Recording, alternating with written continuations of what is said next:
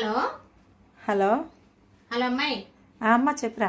నీకు హైలైట్ చెప్పనా? ఏంటో చెప్పు. నాకైతే మస్తు నవ్వు వచ్చిందమ్మాయి. ఆ విషయం నీకు చెప్దామని నిన్నటి నుంచి ట్రై చేసిన, ఇప్పుడు కుదిరింది. అవునా? మొన్న ఫంక్షన్కి వెళ్ళినాం కదా మా తమ్ముడు వాళ్ళ ఇంటికి.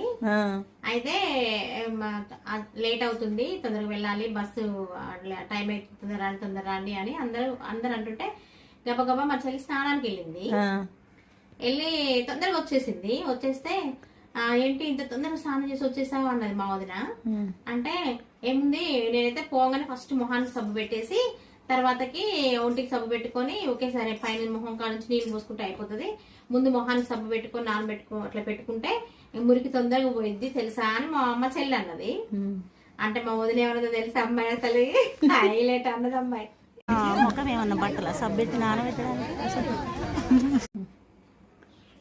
మొహం ఏమన్నా బట్టలా సబ్బు పెట్టి నానబెట్ట నీకి? అట్లా అన్నదమ్మాయి. అవునా?